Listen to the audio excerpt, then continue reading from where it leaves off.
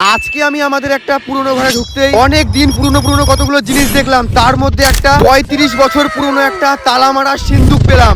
এত পুরনো? তাহলে এটা খুলে দেখ, খুলে কি আছে। চলো গাইস, তাহলে দেখি আমি এর ভিতর থেকে কি কি মূল্যবান জিনিস পাই। কিন্তু সব থেকে বড় সমস্যাটা হলো এই সিন্দুকটা তালা মারা। অনেক কষ্ট করলাম তাও খুলছে না, নিচে ফেলেও দিলাম তাও খুললো না। তাই লাস্টে বাধ্য হয়ে ইটের মধ্যে ধূপ করে বাড়ি মারলাম, তখনই খুলে গেল।